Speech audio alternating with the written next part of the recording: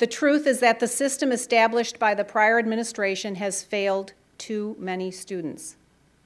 Survivors, victims of a lack of due process, and campus administrators have all told me that the current approach does a disservice to everyone involved. That's why we must do better, because the current approach isn't working. Washington has burdened schools with increasingly elaborate and confusing guidelines that even lawyers find difficult to understand and navigate. A student says he or she was sexually assaulted by another student on campus. If he or she isn't urged to keep quiet or discouraged from reporting it to local law enforcement, the case goes to a school administrator who will act as the judge and jury. The accused may or may not be told of the allegations before a decision is rendered. If there is a hearing, both the survivor and the accused may or may not be allowed legal representation.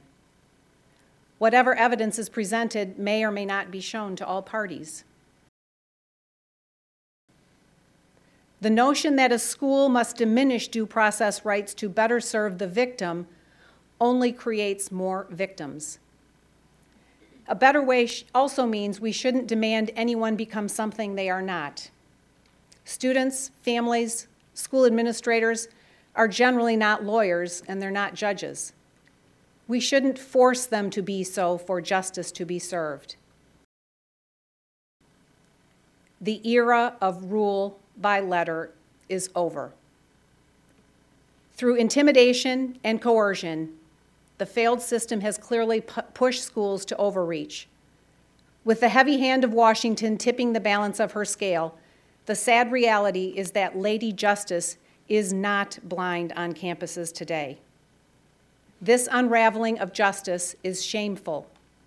It's wholly un-American, and it is anathema to the system of self-governance to which our founders pledged their lives over 240 years ago. There must be a better way forward. Every survivor of sexual misconduct must be taken seriously. Every student accused of sexual misconduct must know that guilt is not predetermined. These are non-negotiable principles. Any failure to address sexual misconduct on campus fails all students.